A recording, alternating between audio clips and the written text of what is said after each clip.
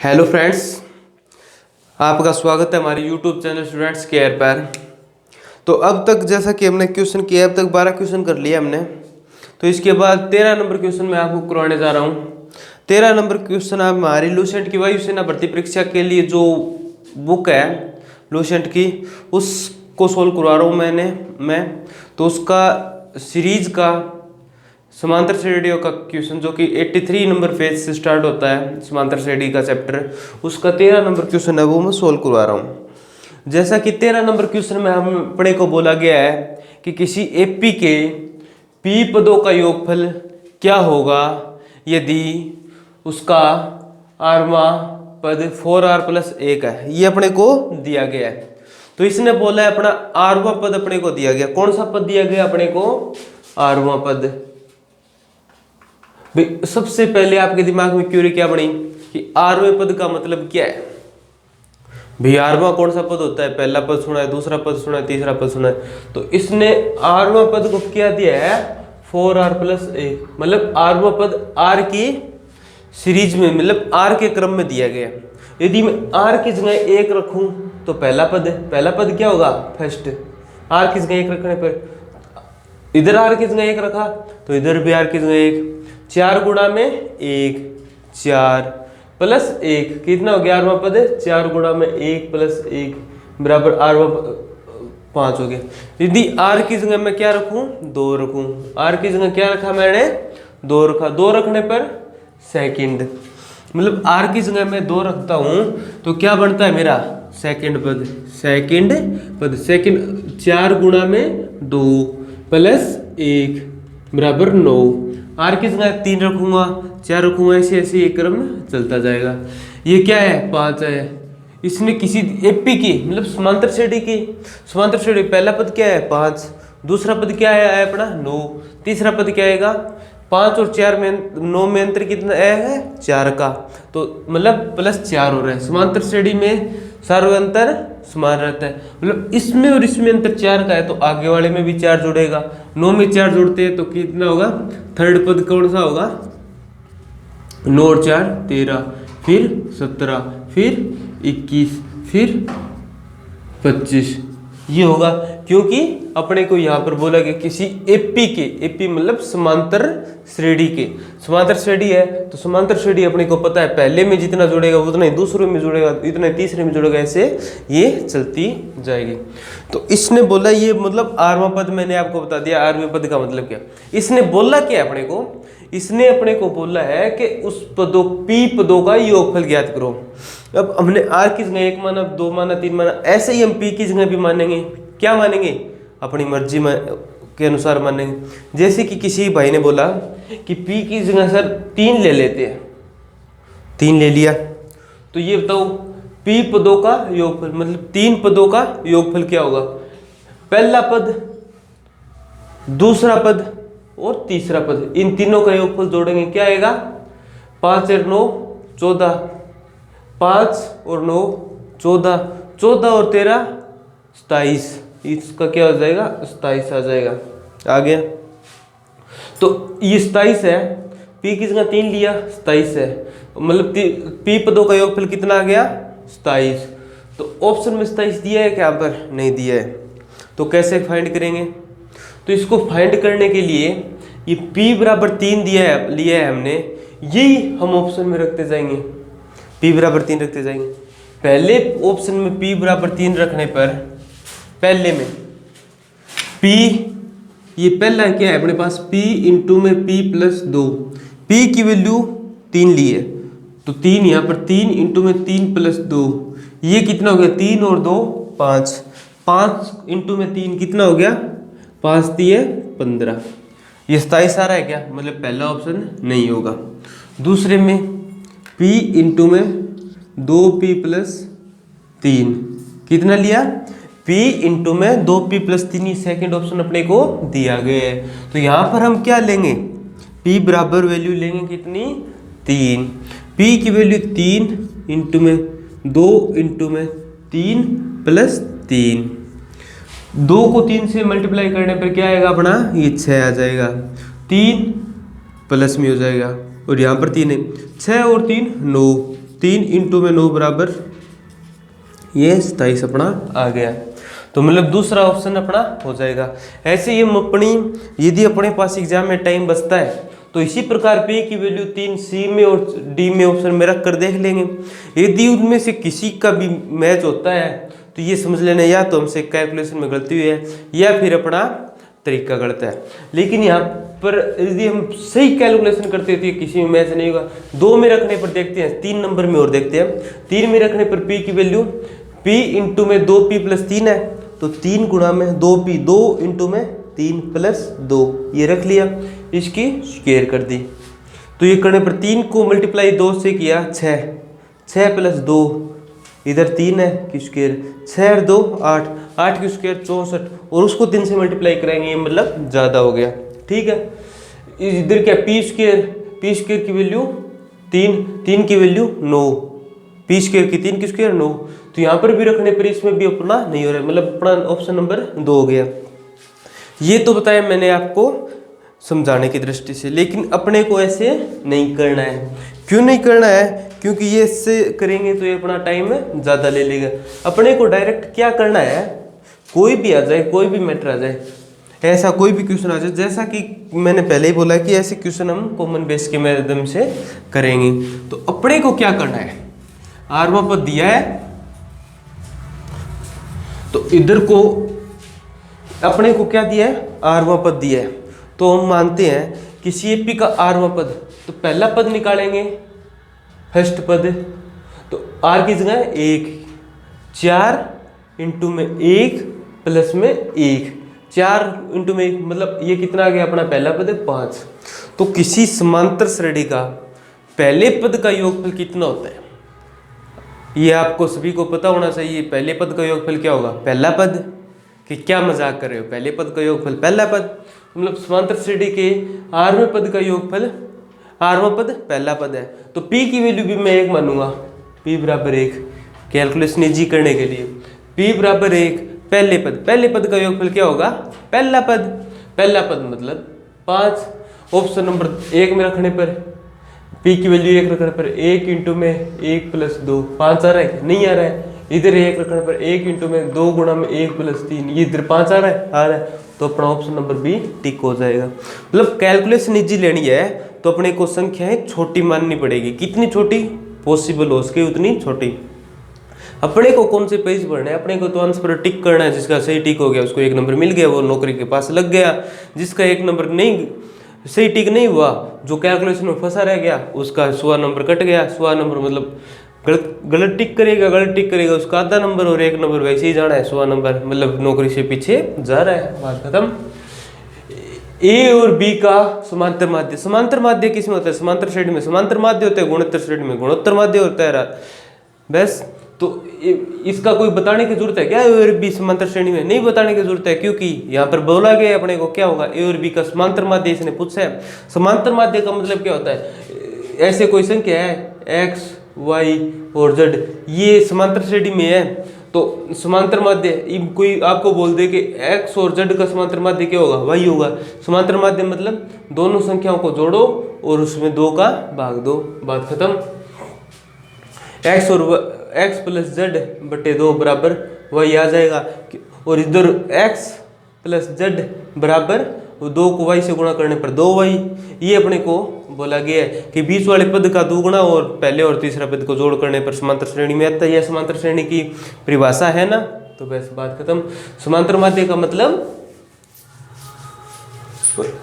इसने बोल दिया a और b 2 समांतर श्रेणी में है, लगातार संख्याएं हैं तो का समांतर माध्य a प्लस बी बट्टा में 2 ऐसे हो जाएगा, लगातार संख्याओं का समांतर माध्य। इसने अब अपने को क्या बोला है कि a और b का समांतर माध्य क्या होगा कि a की घात n प्लस, ये अपने को कोई टर्म दी गई है, ये टर्म है का समांतर माध्य, a और b का समांतर माध्य इसने ये बोला है। तो n बराबर क्या होगा, n की वैल्यू, ठीक है, इसने टर्म दे दी कि n की वैल्यू क्या होगी। n की वैल्यू अपने क्या है, फॉर्मूला लगाएंगे, देखेंगे, उलझन में पढ़ेंगे, थ्योरी के चक्कर में सवाल लंबा होगा। अपने को क्या है, ऑप्शन से सेट कर दो। ऑप्शन से सेट करने पर, ए ऑप्शन सेट करने पर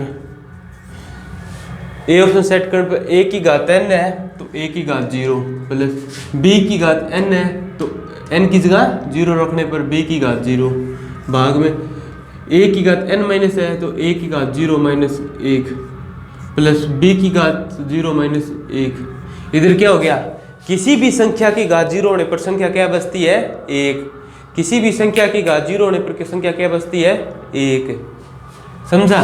तो 1 प्लस 1 भाग में 1 की घात माइनस 1 प्लस b की घात माइनस 1, ये ऊपर 2 आ गए। ये कदर भी सेट हो रहा है क्या, ये सेट नहीं हो रहा है। क्यों नहीं हो रहा है देखने में पता चलता है, आगे सोल्व करते हैं। 2 भाग में 1 बट्टा a प्लस में 1 बट्टा b, तो ये क्या हो जाएगा, तो इधर क्या हो 2b प्लस में a बट्टा में ab बराबर 2ab बटा b प्लस a। इतना सोल्व करने पर, इतना सोल्व अपने को करना ही नहीं। क्यों करना है, इधर ये हो रहा है नहीं लग रहा है, तो दूसरी ऑप्शन पर चलो।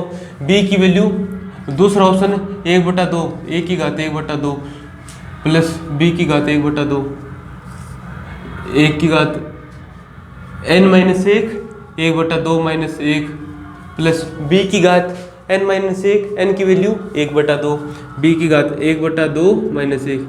अपने को क्या है यहाँ पर क्या आ रहा है, e और b किस में आ रहा है अंडर रूट में।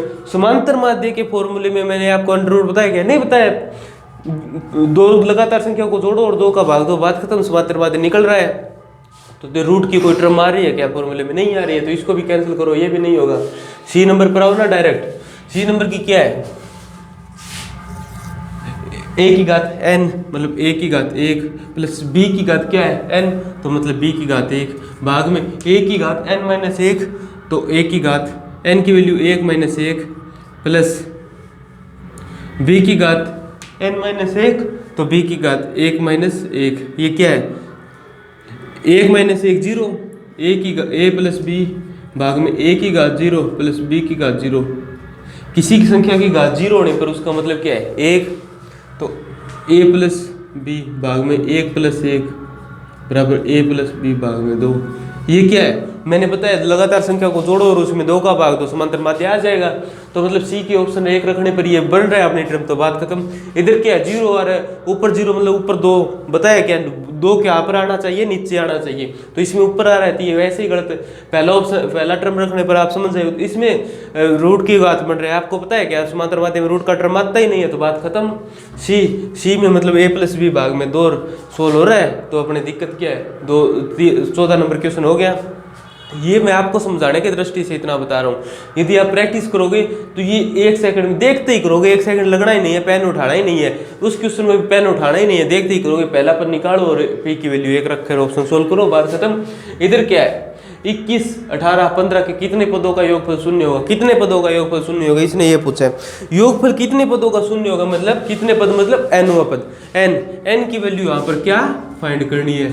कितने पदों का योगफल शून्य होगा, योगफल मतलब Sn, संख्याओं के योगफल का Sn बराबर 0। कितने पदों का योगफल शून्य होगा दिया गया है, इसमें पहला पद दिया गया है, और पहला पद 21, 18, 15 क्या लग रहा है आपको, कौन सी श्रेणी है समांतर श्रेणी, क्योंकि 21 में से 3 कम हो रहा है, 18 में से 3 कम हो रहा है, क्या बढ़ रहा है 15, मतलब सर्वांतर कितना हो गया d बराबर आगे वाली संख्या में से पहले वाली संख्या घटानी है, 18 माइनस 21 बराबर कितना आ रहा है सर्वांतर, 18 में से 21 जाने पर 3 किसका माइनस का।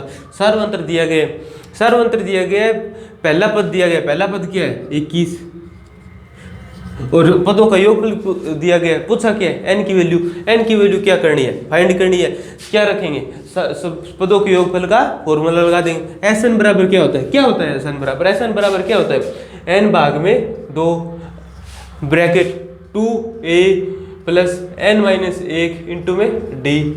2a क्या है 2 गुणा प्रथम पद प्लस में n माइनस 1 पदों की संख्या में से 1 घटाना है और उसको सर्वांतर से गुणा कराना है, ब्रैकेट बंद है। अपने पास है क्या, नहीं, अपने पास सिर्फ और सिर्फ n की वैल्यू नहीं है, बाकी सब मान दिए गए, तो रख दो फॉर्मूले में। Sn मतलब पदों का योग, पदों का योग कितना दिया गया अपने को 0 दिया गया है, और n भाग में 2, n की वैल्यू क्या है फाइंड करनी है, n भाग में 2 गुणा में प्रथम के पद क्या है 21, 2 गुणा में 21 प्लस में n माइनस 1, n की वैल्यू फाइंड करनी है, d की वैल्यू अपने इधर क्या ये रे d की वैल्यू -3। क्या दिक्कत आ रही है, ये पूरी टर्म इसके भाग में जाएगी। जीरो में किसी संख्या का भाग दे लो या गुणा करा लो, आपको पता ही है क्या आना है, जीरो आना है। तो इसको ये जीरो वैसे ही हो रहा है भाई।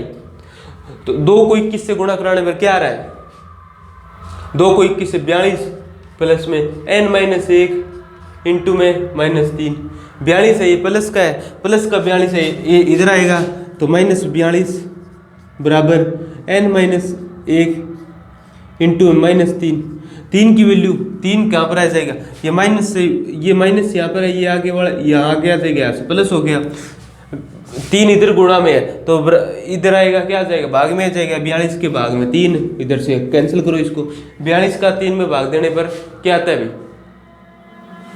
42 का 3 में भाग देने पर 14, 14 × 42, 14 बराबर n-1, इधर क्या आ जाएगा n-1 बराबर 14, तो n की वैल्यू क्या आ जाएगी 14 प्लस में 1 बराबर है 15, तो ऑप्शन अपना निकल रहा है। दिक्कत क्या है यहाँ पर, तो ये हो गए अपने क्या हो गए 14 क्वेश्चन। हाँ, तो अब इसके आगे हमें क्या करेंगे 16वां क्वेश्चन। तो अब इसके आगे अपना 16 नंबर क्वेश्चन है। 16 नंबर क्वेश्चन में क्या पूछा है अपने को, 16 नंबर क्वेश्चन में कोई 2 संख्या दी गई है और उनका अपने को समांतर माध्य ज्ञात करना है। तो समांतर माध्य मैंने आपको बताया था, दोनों संख्याओं को जोड़ो और उसमें 2 का भाग दो, बात खत्म। क्या होगा समांतर माध्य, समांतर माध्य को ए से रिप्रेजेंट करते हैं भाई, एम से, समांतर माध्य मतलब ए एम। समांतर माध्य दोनों संख्याओं को जोड़ो और 2 का भाग दो, 7 प्लस में 9 भाग 2, 7 और 9 को जोड़ने पर 16 आता है अपना, 16 भाग में 2 बराबर 8, ये समांतर माध्य आ जाएगा। इसी प्रकार कोई 2 संख्या दी गई है 20 नंबर सवाल में और उनका भी अपने को 17 नंबर सवाल में, और उनका भी अपने को क्या ज्ञात करना है समांतर माध्य। समांतर माध्य वही बात, दोनों संख्याओं को जोड़ो और 2 का भाग दे दो, बात खत्म।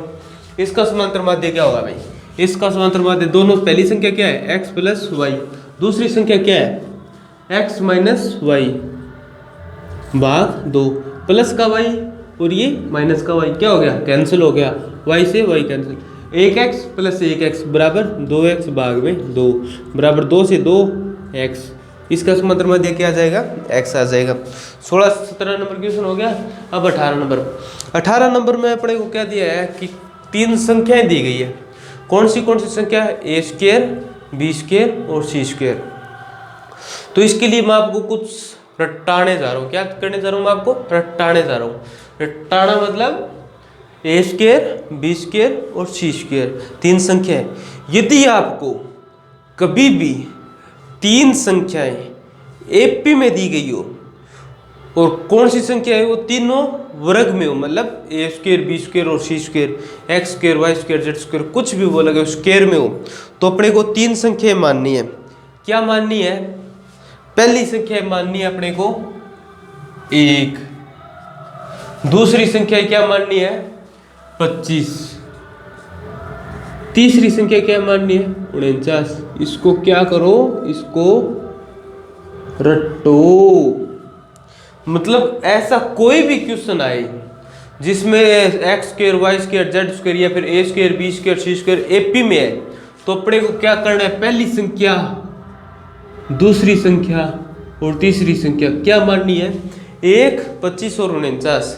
ये एपी में दी गई हो तभी लेनी है। कि कब लेनी है, यदि ए स्क्वायर, बी स्क्वायर और सी स्क्वायर समांतर श्रेणी में अगले ने बोला है। इसमें अपने को बोला है ए स्क्वायर, बी स्क्वायर और सी स्क्वायर किस में है, समांतर श्रेणी में। तो 1, 25 और 49 आप नोटिस कर सकते हो, 1 और 24 जोड़ने पर 25, 25 में 24 जोड़ने पर 49। क्या रहा है, 25 में 24 जोड़ने पर 49। मतलब 1, 25 और 49 किस में है, एपी में है। ए स्क्वायर की वैल्यू क्या हो गई 1 हो गई, बी स्क्वायर की वैल्यू क्या हो गई 25 हो गई, सी स्क्वायर की वैल्यू क्या हो गई 49 हो गई। तो ए बट्टा बी सी कोमा बी बट्टा में सी कोमा सी बट्टा में बी किस में होगा, एपी में होगा, जीपी में होगा, एचपी में होगा, अपने को पूछा है। ए स्क्वायर की वैल्यू 1, तो ए की वैल्यू क्या आ गई वो भी 1 आ गई। बी स्क्वायर की वैल्यू क्या है 25, तो बी की वैल्यू क्या आ गई 5। यदि सी स्क्वायर की वैल्यू 49 है तो सी की वैल्यू क्या होगी 7। ये ए स्क्वायर बी स्क्वायर और सी स्क्वायर की वैल्यू है, ये ए बी और सी की वैल्यू आ जाएगी। अब अपने को आगे क्या करना है, अपने को इन तीनों संख्या को उठाया है और इसमें डाल देना है। किस में डाल देना है, ए भाग में B C comma B sorry A भाग में B plus C comma B भाग में C plus A comma C भाग में ए प्लस बी, इसमें फिल्ड कर देना है, इसमें ऐड कर देंगे, इसमें ऐड कर कर देखते हैं। चलो ए तीनों संख्या क्या ए बटा बी प्लस सी, ए की वैल्यू 1 भाग में बी प्लस सी, बी और सी को जोड़ने पर 5 + 7 मतलब 5 + 7 कोमा बी भाग में सी प्लस ए, बी भाग में बी की वैल्यू 5 भाग में सी प्लस ए सी 7 प्लस ए 7 + 1 कोमा सी भाग में ए प्लस बी सी 7 भाग में A plus C A plus 7। ठीक है भाई। तो ए भाग में 7 और 5 12, 5 बट्टा में 7 + 1 8, 7 बट्टा में 7 + 1 8 सॉरी सी भाग में ए प्लस बी होगा भाई, ए प्लस बी 1 + 2 ए प्लस बी 1 + 5 बी क्या है 5 6, ये हो गया। ठीक है, ये किस में होगा, एपी में होगा, जीपी में हो गया, एचपी में। आप गौर कर सकते हैं जीपी का मतलब क्या है, किसी संख्या को उसमें मतलब जीपी क्या हो श्रेणी होता है 2 4 8 ये हो रही है, क्योंकि किसी संख्या का गुणा हो रहा है, एक ही संख्या का प्रत्येक संख्या में गुणा करवाने पर जीपी में बनता है।